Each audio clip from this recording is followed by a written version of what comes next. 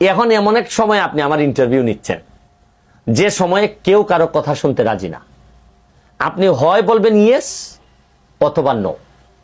এখন যারা কোটার জন্য আন্দোলন করতেছিল, যারা সংস্কার করতেছিল, তারা নিজেরা যৌক্তিক একটা আন্দোলন, এই ব্যাপারে আমার কোনো সমস্যা নেই, আমি এদের পক্ষে।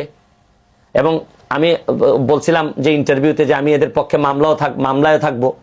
তো কোটা তো হয়ে গেল, তারপর হচ্ছে কি দেখেন একটার পর একটা, এরপরে এদের কি আসতে পারতো, এরা আসবে যে বিচার চাইতে পারে, যারা আহত হয়েছে নিহত হয়েছে এদের জন্য বিচার চাইবে। কিন্তু এখন খেয়াল করে দেখেন তিনটা জিনিসের উপর আন্দোলন এসে ঠেকে গেছে। আমি এদের কোটা সংস্কারের জন্য আমি একমত, আমি এদের সাথে আছি। কোটা সংস্কার করতে গিয়ে, এই আন্দোলন করতে গিয়ে যারা নিহত হয়েছে এদের জন্য বিচারের প্রক্রিয়ায় আমি যাইতে রাজি। আমাকে যদি অ্যাডভোকেট বা ব্যারিস্টার নিয়োগ দেওয়া হয় আমি তাতেও যাব।